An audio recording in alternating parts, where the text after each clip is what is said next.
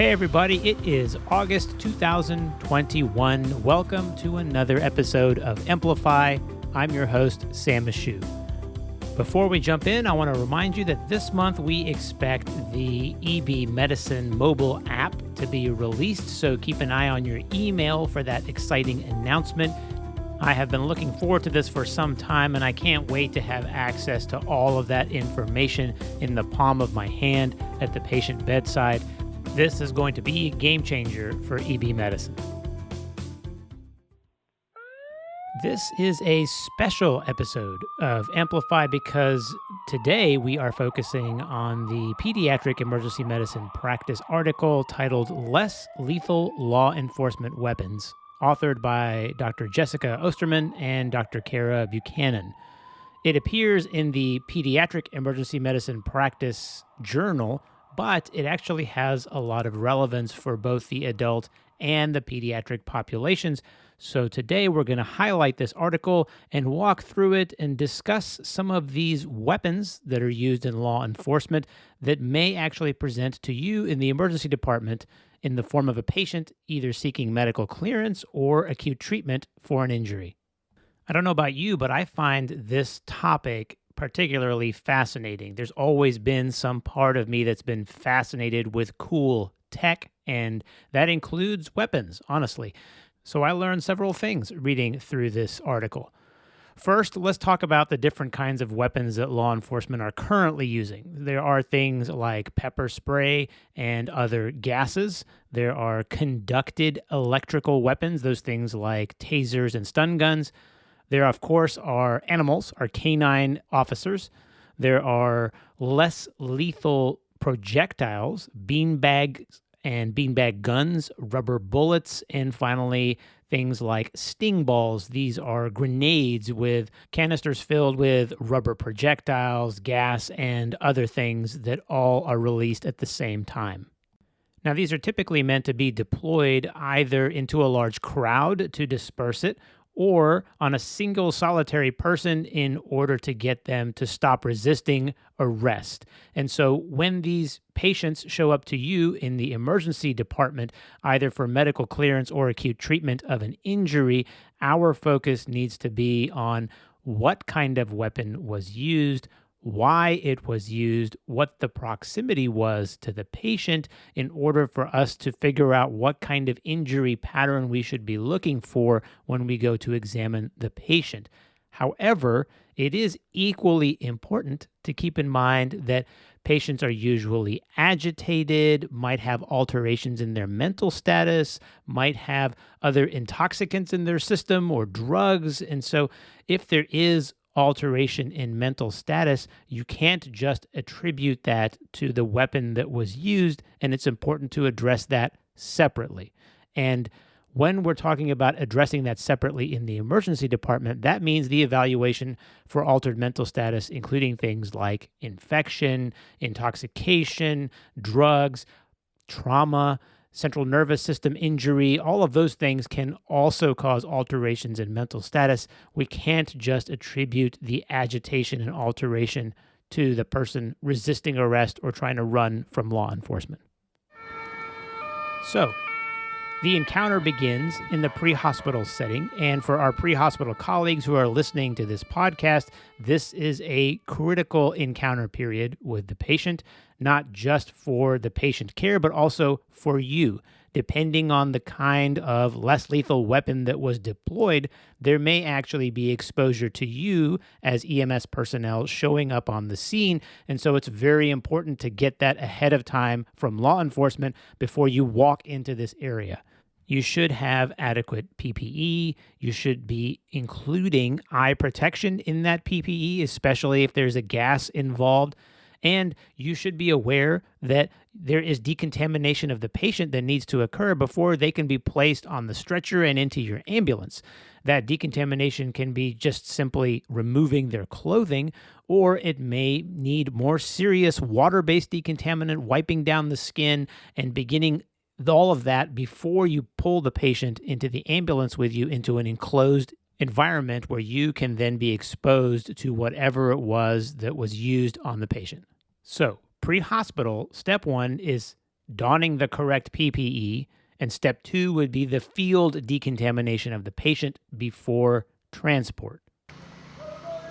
And since this is the initiation of our encounter with the patient, this is a good time to talk about the healthcare system engagement with the patient. Obviously, this is a very high-risk scenario for law enforcement and for the patient. There are weapons being deployed. There is all kinds of agitation and resistance going on between the two parties, and our approach needs to encompass all of that. There is actually a movement called trauma-informed care, which really is an approach to the patient, which takes into account all of the negative impact of this psychological trauma that may change the patient's behavior. So verbal redirection for agitation is important. Trying to calm the patient and assert that you're just there to help the patient is very important, but also understanding the reasons why they may be resisting some of your therapies can be hard to judge.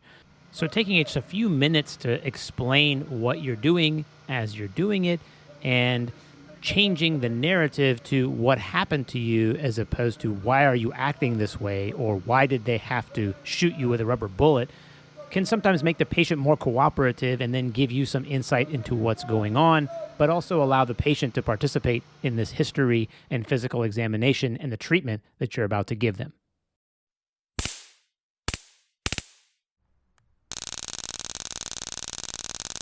First up is the conductive electrical weapons. The most commonly recognized weapon in this category is the taser, which interestingly was actually commercially introduced back in 1974. The creator of the weapon used an acronym for the statement Thomas A. Swift's electronic rifle, or taser, named after Thomas Swift, who happened to be the inventor's favorite childhood book character, who had built an electronic rifle that could shoot bolts of electricity. So that's where the word taser comes from, or at least the name of the device. And like I said before, it was introduced commercially back in 1974, and since then it's been deployed for most law enforcement agencies, and it has two modes. First is the stun mode, which involves direct contact of the device to another person. And second is the probe mode, which deploys two darts at a range of anywhere from 15 to 20 feet. In both scenarios, you've got high voltage and low current electricity going through the person. It causes involuntary, uncoordinated skeletal muscle contraction, which then prevents the person from having voluntary movement, and it is quite painful. The discharge lasts about 15 seconds, and the efficacy of the device is affected by distance. So the farther they are away, the less effective it is, and also in the very extremes of temperature. Some of the things you have to consider when you're looking at someone with a taser injury are the actual soft tissues that were involved. So tissue susceptibility depends on the resistance of the tissue to the electricity, making eyeballs or ocular tissue actually the most susceptible because of its low resistance to the electrical current. The article actually has a well-organized table. This is Table 1, titled Injuries Associated with Conductive Electrical Weapons, which breaks down the most common injuries, things like abrasions, dart lacerations, and skin erythema, as well as maybe increased respiratory rate as a respiratory symptom, and some of the more serious but rare associated injuries, things like intracranial perforation or intracerebral perforation or seizures or cardiac ischemia and dysrhythmias or ventricular tachycardia. These are the things that are far more rare. It is generally considered to be a safe weapon, but there are case reports of an abundance of serious injuries: pneumothorax, pharyngeal perforation, thermal burns, metabolic acidosis and rhabdomyolysis, testicular torsion, miscarriage, dart ingestion, and the list goes on. These things are very, very serious, but fortunately rare. So when you're seeing the patient, the most common things are going to be the dermal injuries where the darts penetrated the skin, which brings us to treatment. Most of the evidence we have for evaluation and treatment is actually from the adult population, and the American Academy of Emergency Medicine actually has a statement that states that when these weapons are deployed, if they're discharged for less than 15 seconds and the patient has a normal examination, that there really is no extended monitoring or specific testing that is necessary. And that's an important differentiator. So the weapon is supposed to discharge for 5 seconds. It can be used multiple times. Up to 15 seconds in duration is usually tolerated well. And as long as the patient is awake and alert, there's no standard of care to do anything else. However, if the patient is symptomatic, that's a different story. The diagnostic workup in that scenario is considered in the context of whatever the patient's history may be. If they have a history of cardiac disease and there was sudden syncope associated, then sure, they may benefit from further testing, maybe ECG. If the person is complaining of severe diffuse muscle pain, then yeah, an investigation for rhabdomyolysis would be helpful. So checking a creatinine kinase, perhaps electrolytes and renal testing, those would be helpful studies in that patient scenario. If the patient was tased and then fell 20 feet onto concrete, obviously that changes the scenario and changes where your examination should be focused. So it's not just injuries from the electrical shock itself, it is also associated injuries. And as we mentioned before, if the patient is presenting with alteration of mental status or agitation or is obtunded, then these are things that also need further evaluation. This is not normal to see after just a tasing injury. All that aside, one of the most common presentations you're going to see is actually presentation to the emergency department for removal of the dart. These things typically penetrate the skin, and removal can be performed in one of 3 ways. They're designed so that they can be pulled directly out of the skin, so just pull straight back on the wire connected to the dart.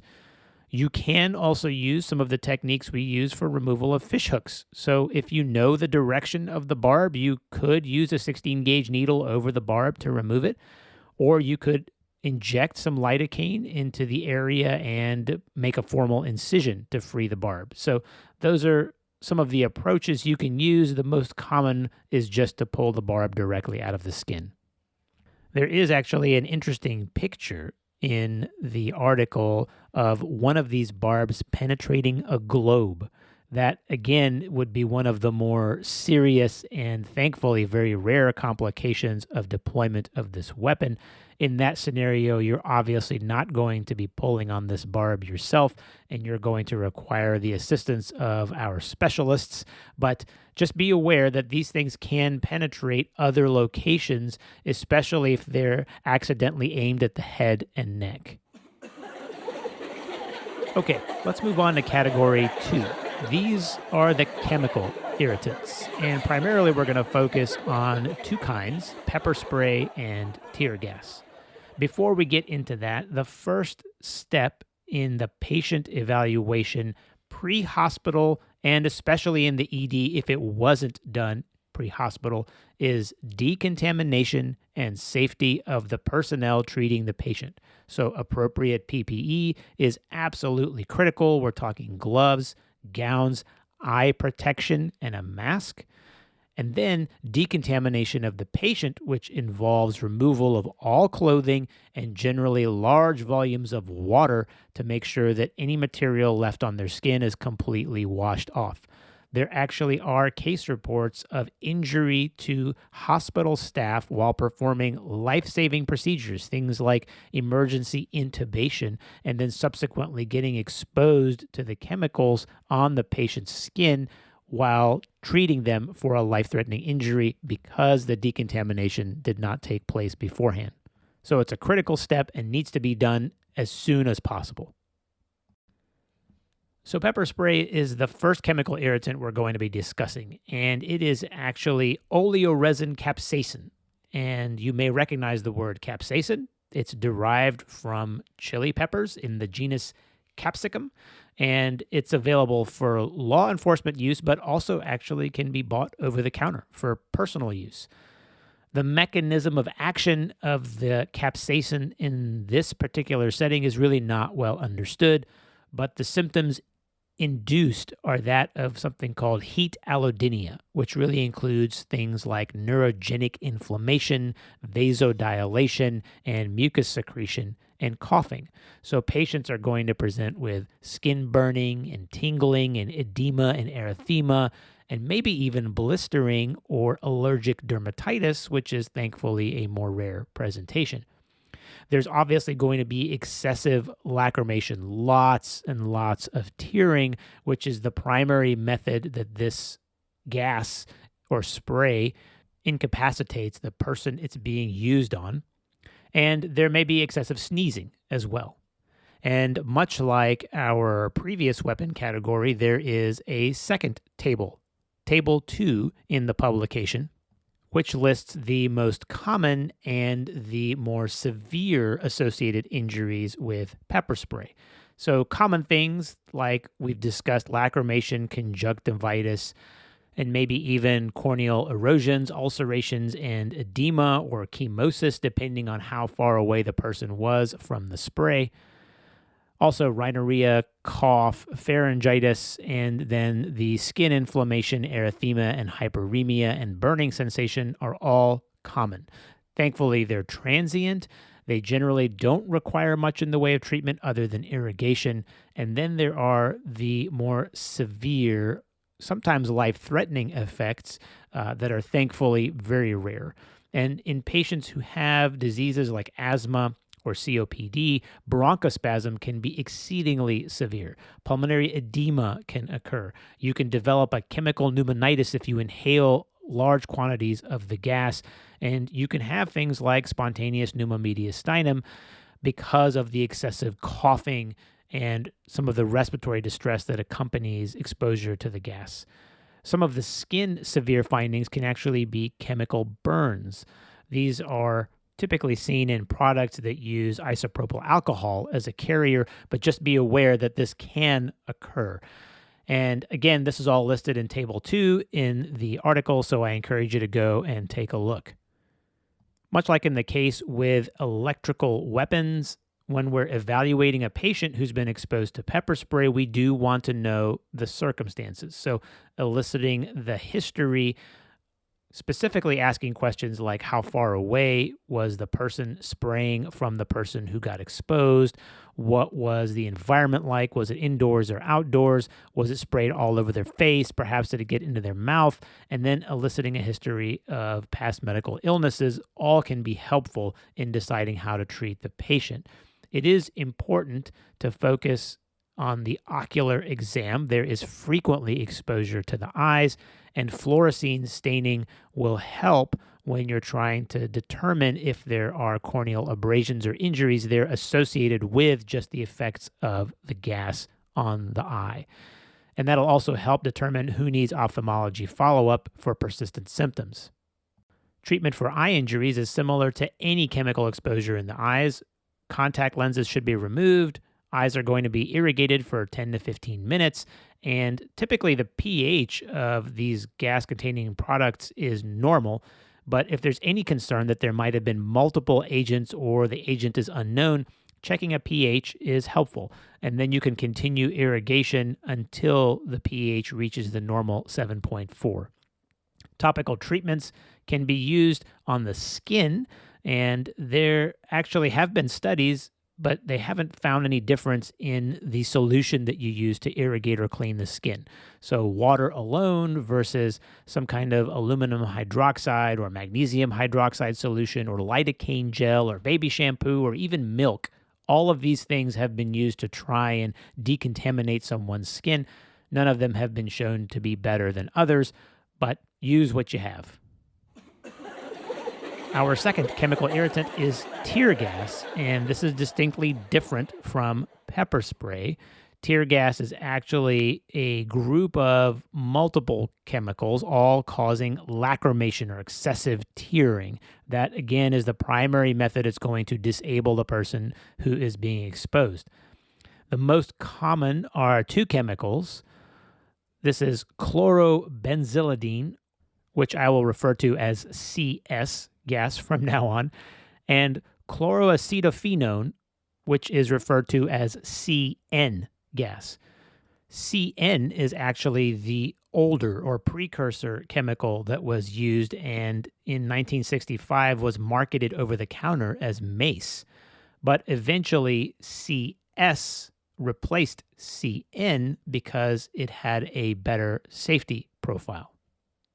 Regardless of which gas was used, the expected effects of tear gas are really subduing someone by prompting irritation of all of the mucosal surfaces. So this means involuntary closure of the eyes, excessive tearing, and maybe some respiratory irritation with the intent of incapacitating the person within seconds of exposure to the gas.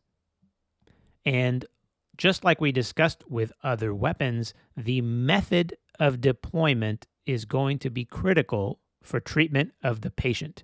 CS gas can be aerosolized using crystalline CS by dissolving it into a solvent, or it can be pulverized into a fine micropowder that is then sprayed at the person.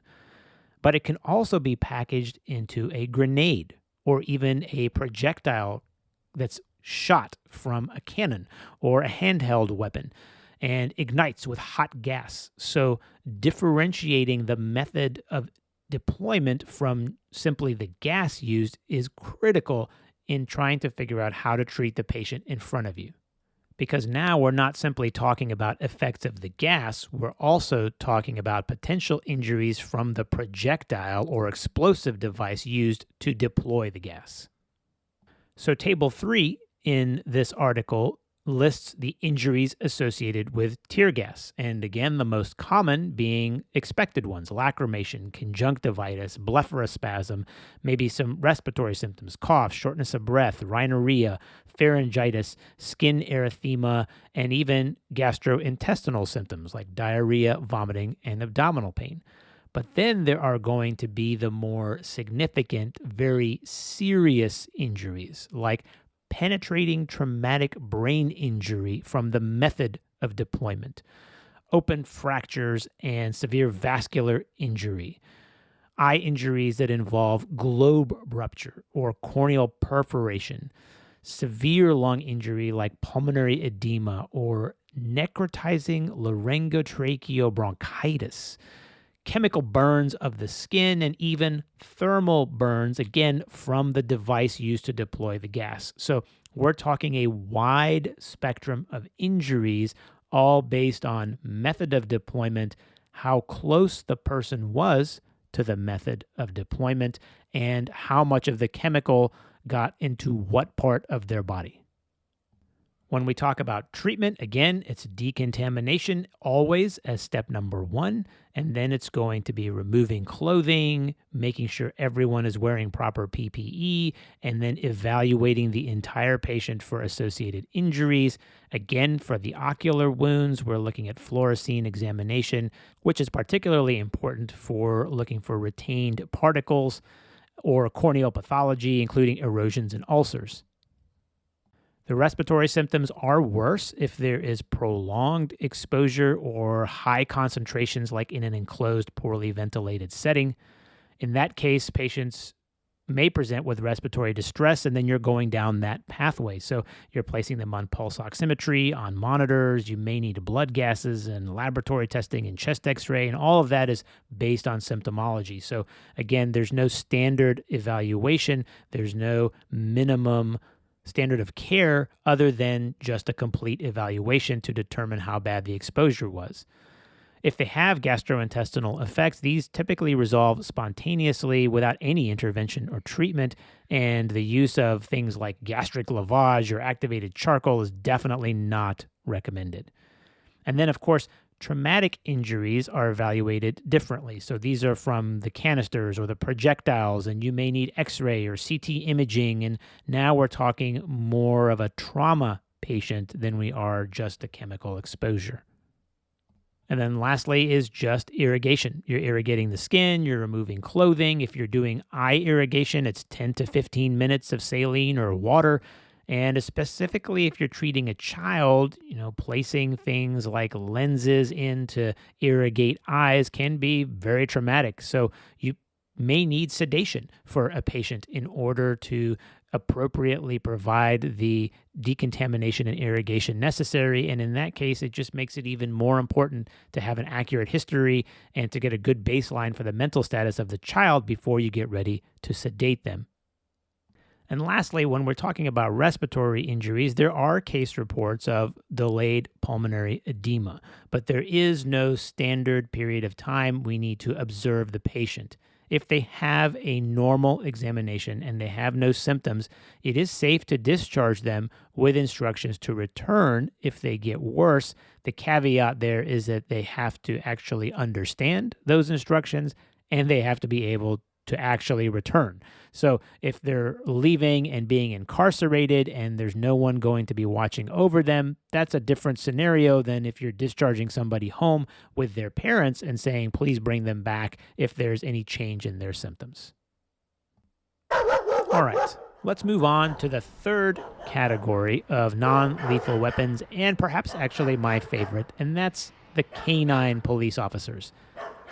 Most of us are probably familiar with the German Shepherd as representing the canine officer, but there are other large, well-trained breeds that are utilized, things like the Belgian Malinois or the Doberman Pinscher or even the Rottweiler. So they may come in different breeds, and all of them are highly trained to bite and hold at maximum force when necessary. When it's been measured, the pounds per square inch from a canine police dog can be anywhere from 500 to 2,000, which, for frame of reference, if you're comparing it to the domestic dog bite, their pressure or pounds per square inch has been registered at 200 to 400.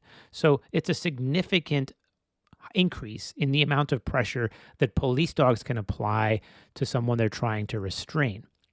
And this becomes pertinent because in 1992, LA County began a different training method. Instead of the bite and hold, which was the traditional training for canine units, it became find and bark, in which the canine officer will actually find the person and bark at them and then only bite them in order to restrain them if they try to run. This was actually adopted by the U.S. Department of Justice in 2001 and did reduce the frequency of canine bites that we see in the emergency department. But when they do occur, the canine bite severity is all over the spectrum. The studies cited in the article tell us that it's more common to see the canine injuries with our adult patients, but when they do occur with the pediatric population, so those less than 18 years old, especially those 14 years old and younger, the injuries tend to be more severe. And once again, keeping with our other weapons, there is a table. This is table 4 in the publication that discusses the most common injuries associated with canine bites, but also the most significant injuries. In this scenario, the most common are large tissue avulsions, puncture wounds, and crush injuries, along with cortical violations of the bone and minor fractures. But the more severe, thankfully more rare, but also more severe injuries include things like arterial injuries, open fractures, open joints, tendon and nerve injuries, compartment syndrome, and then if the bite occurs not on an extremity, but somewhere in the trunk or the neck, you could get facial fractures, laryngeal or tracheal injuries, air emboli, and upper airway obstruction or pneumothorax as a result of the injury. Obviously, these are far more significant injuries. It is important to note that the canines themselves are actually trained to bite at extremities and not at the central trunk. But as the person gets smaller, so say the pediatric population, that becomes a little more tricky, and that's where we tend to see some of the more central bites according to the studies cited in the article. So, with such a vast array of potential presentations, how do we approach these patients? Really, the same way we would all of the other patients. History is important. Understanding how long the dog had bitten the patient and how long the dog was on the patient before the release command was given is helpful. Also, evaluating the wounds for the presence of vascular injuries is critical. There actually is an increased use of angiography in patients with these injuries, and rightfully so, because the sheer power and crushing force, along with the penetrating ability of these injuries, does yield higher vascular injuries. But it is also important to document neurological deficits, motor deficits, potential tendon and nerve injuries, and bony fractures. So there is a good bit of imaging that takes place, and there is consultation with our surgical colleagues. Plastic surgery, orthopedic surgery, compartment syndromes can occur, and so multiple joint and extremity assessments may need to occur along with imaging in order to exclude all of the potential injuries. There is an area of controversy here, and that's specifically related to antibiotic prophylaxis. At least one study cited recommended the use of prophylactic antibiotics for the high-risk wounds, and they listed these as puncture wounds, bites to the wrist and hand or foot, and crush wounds with a lot of devitalized tissue. These are common characteristics of these canine bites. However, another study found that even with antibiotic prophylaxis, about 5% of these bite wounds developed infection. And so there still is a little gray area here about whether or not it's recommended. The one thing that you don't have to worry about is rabies. All of these trained police dogs are all up to date on their vaccinations and get frequent veterinary care. And so rabies prophylaxis is unnecessary.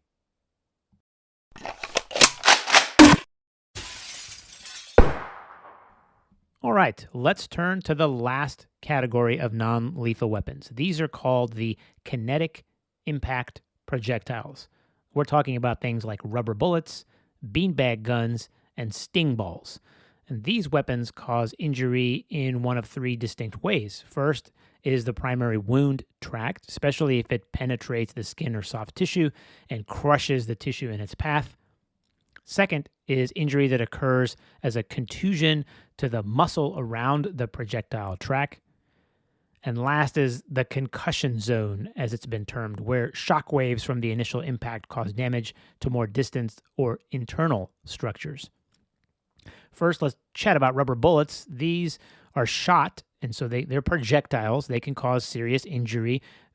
They're not intended to penetrate the skin, but that certainly can occur, especially in close proximity. Because of the potential for penetrating injuries and in rare, very rare cases, thankfully, even death, some of the law enforcement agencies have actually transitioned to using alternative types of bullets, things like sponge foam, which are supposed to penetrate the skin with less frequency and cause less trauma. There are beanbag munitions. These are typically 2 by 2 inch nylon bags that are filled with metal balls or lead shot. And as they come out and are projected, that larger surface area is supposed to reduce the chances of penetration of the skin and cause more superficial injury. And similar to the modifications we saw with rubber bullets, there are some less lethal versions of these beanbags. Their shape has been altered, the contents has been altered, so there are varieties in the types of beanbags being used. And lastly is the sting ball, or really a stinger grenade. This is an explosive device.